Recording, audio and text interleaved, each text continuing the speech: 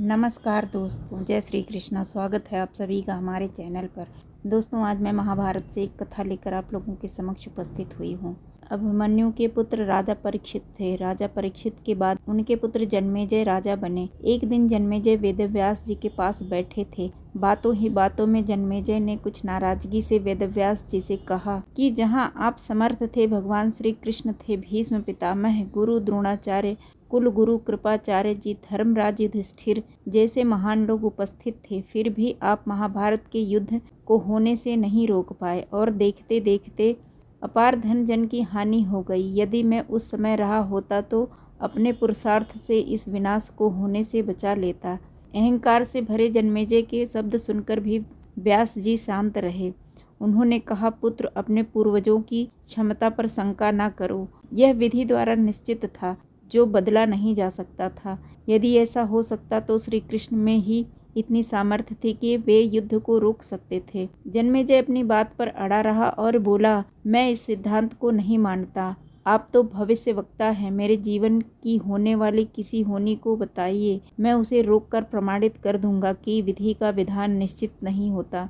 व्यास जी ने कहा, पुत्र, यदि तू यही चाहता है तो सुन। कुछ वर्ष बाद तू काले घोड़े पर बैठकर शिकार करने जाएगा। दक्षिण दिशा में समुद्र तट पर पहुंचेगा। वहां तुम्हें एक सुंदर स्त्री मिलेगी, जिसे तू महलों में लाएगा और उससे विवाह करेगा।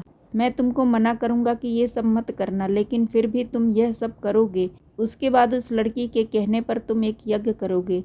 मैं तुमको आज ही चिता रहा हूँ कि उस यज्ञ को तुम वृद्ध ब्राह्मणों से कराना, लेकिन यह यज्ञ तुम युवा ब्राह्मणों से कराओगे। जन्मेजय ने हंसते हुए व्यास जी की बात को काटते हुए कहा कि मैं आज के बाद काले घोड़े पर नहीं बैठूंगा तो ये सब घटनाएं घटित नहीं होंगी। व्यास जी ने कहा कि ये सब होगा, और अभी आगे की सुन। उस यज्ञ में एक ऐसी घटना घटित होगी कि तुम उस रानी के कहने पर उन युवा ब्राह्मणों को प्राण दंड दोगे, जिससे तुम्हें ब्रह्म हत्या का पाप लगेगा और तुम्हें कुष्ठ रोग होगा, और वही तुम्हारी मृत्यु का कारण बनेगा। इस घटनाक्रम को रोक सको तो रोक लो। वेदव्यास जी की बात सुनकर जन्मेजय ने एहतियात व शिकार पर जाना छोड़ ही दिया, परंतु जब होनी का समय आया तो उसे शिकार पर जाने की बलबली इच्छा हुई। उसने सोचा कि काला घोड़ा ही नहीं लूंगा, पर उस दिन उसे अस्तबल में काला घोड़ा ही मिला।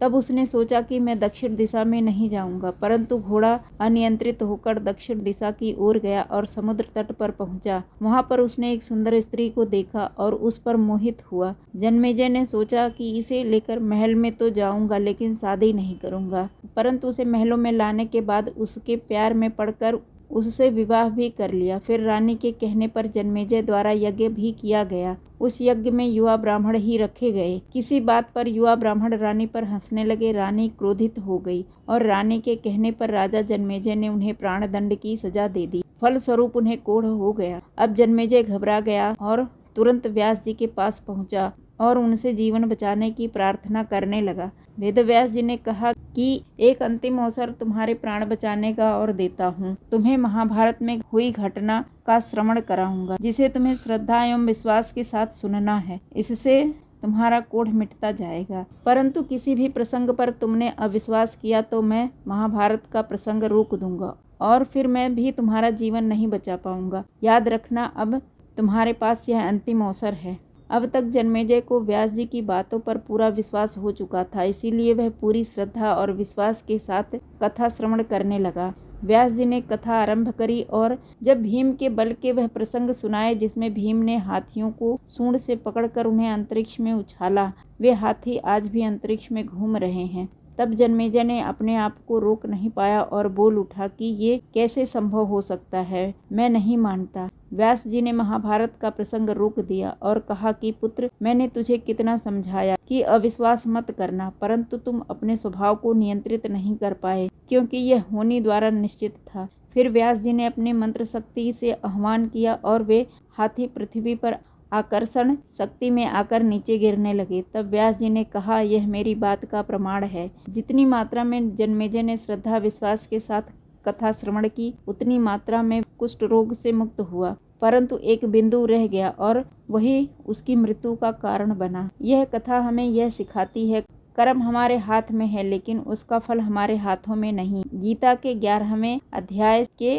33वें श्लोक में श्री कृष्ण अर्जुन से कहते हैं, उठ खड़ा हो और अपने कार्य द्वारा यश प्राप्त कर। यह सब तो मेरे द्वारा पहले ही मारे जा चुके हैं। तू तो केवल निमित्त बना है। होनी को टाला नहीं जा सकता, लेकिन उत्तम कर्म व ईश्वर नाम के जाप से होनी के प्रभाव को कम किया जा सकता है। दोस्तों, कथा पसंद आई हो तो लाइक करें, चैनल को सब्सक्राइब जरूर करें। धन्यवाद दोस्तों। जय श्री कृष्ण।